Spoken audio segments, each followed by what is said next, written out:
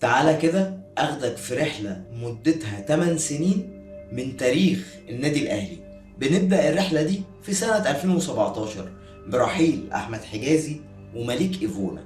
في 2018 عبد الله السعيد خرج الخروج المذل والمهين، او خلينا نقول الهروب الكبير.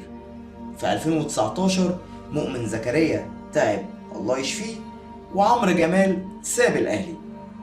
في 2020 رحل رمضان صبحي ومعاه احمد فتحي في ديله. في 2022 جونيور اجاييه مشي وكمان معاه بدر بنون. في 2023 حمدي فتحي اختار الفلوس، وايمن اشرف كولر قرر ان هو يمشيه. في 2024 محمد عبد المنعم اختار انه يرحل عن الفريق ويدور على الاحتراف وشوية فلوس باليورو.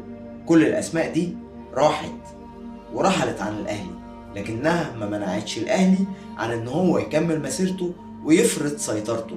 تاريخيا الاهلي مش بيقف على حد، والمسيرة زي ما بدأت مش هتقف، بل هتكمل وتكتمل. فاللي مشي مشي، واللي اعتزل اعتزل، يغادر من يشاء.